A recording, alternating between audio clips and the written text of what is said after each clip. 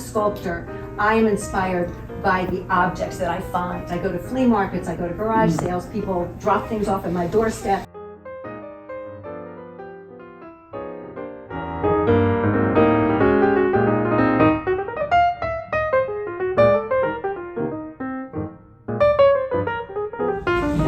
My studio was a painting studio, and now it is a shop. And I really think of my dad when I'm in there, because I'm using all the tools that he has used and even some more. So this is the first three-dimensional sculpture that was approved by my daughter, called Leap of Faith. And so it's cast in glass, and then that's a found object on the bottom. It's a cast piece of clear glass. So what I started to do was to say, oh, well, I have these paintings, I can use them in a different way. And so here are 4 images of paintings that I did. My grandmother, my mother on the top right, my daughter and me. And then I used that, this is sort of out of focus, isn't it? In this piece, which is called The Threads That Bind Us. And each of the facets has one of our faces on it with fabric or painting that would, or my daughter's a landscape architect, so leaves and seeds that would be appropriate for all of us. And then at the top, the pins that you would use in sewing, and the bottom of little tiny bobbins for sewing. So there's a lot of sewing illusion. And then I don't know if you use, I have like a giant bin of eggshells, and I smash them up and use them there as a mosaic and paint them.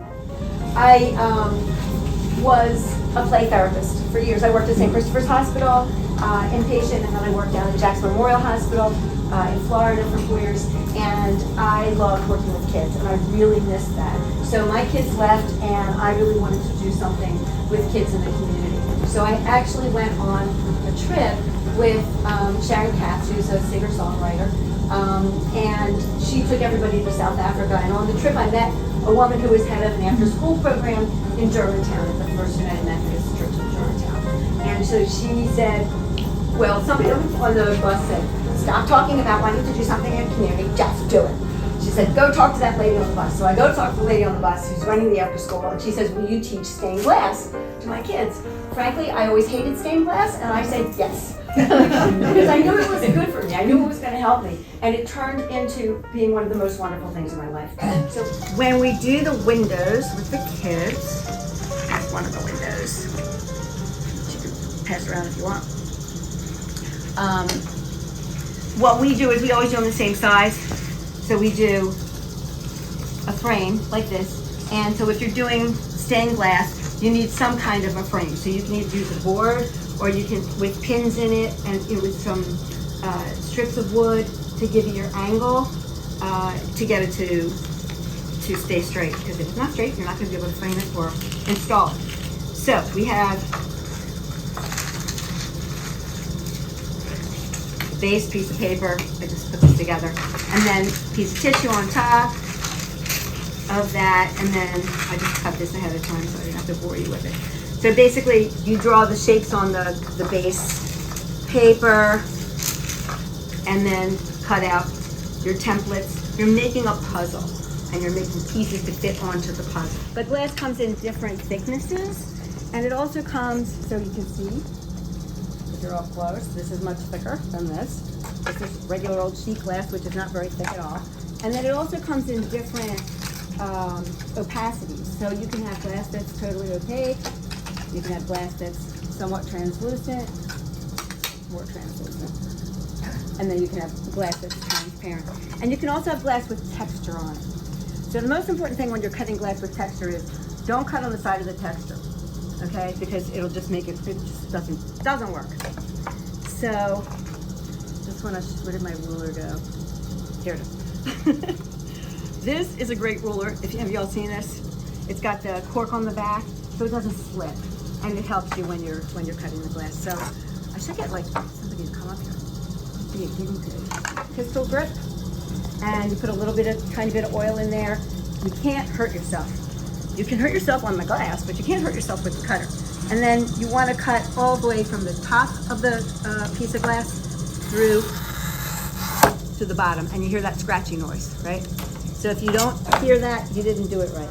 And so if you have a very small bit of glass that you want to break off, you use these nippers and it comes right off. And it's really sort of like magic. Whenever somebody cuts glass for the first time, they're like, oh my God, it seems so scary. And then you do it and it's like, I can do this. Okay, any guinea pigs? Anybody who's never cut glass before?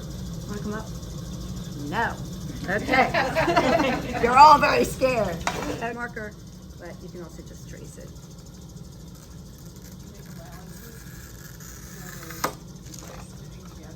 I'm sorry? Yeah, you're supposed to do like a 1/16 of an inch in between, because then what you're going to do is, so I cut this piece and it fits into the corner, and then I need another piece. Don't do this. I was so anxious about this off. Okay. Okay, so here's the two pieces. They'll fit together. The copper foil will actually take a little bit of room up. So you want to give yourselves a little room. So this is a copper foil technique, which is what's going on around there. This is not what you see in the big windows downstairs. This is a technique that's very easy to use, but you don't want to put it outside, right? Okay, so this is copper tape, and you can get it in different color backings. There's some, and it comes in different thicknesses. There's some that's black on the back, and that is pretty cool actually, because then you don't see it as much. And then what you want to do is you want to center it on the glass. Normally what I do is I hold it like this so I can see half and half.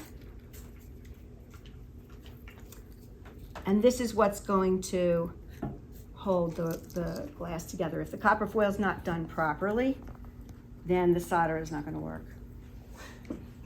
You can see, sort of like when I say to the students, it's like a sheet, like you can see it get smooth, and that's when you know you're doing it right. And you want to do it on both sides of the glass. So I have this cement board here for the soldering iron because it gets hot. And that's what's amazing with the kids, is that they really respect it.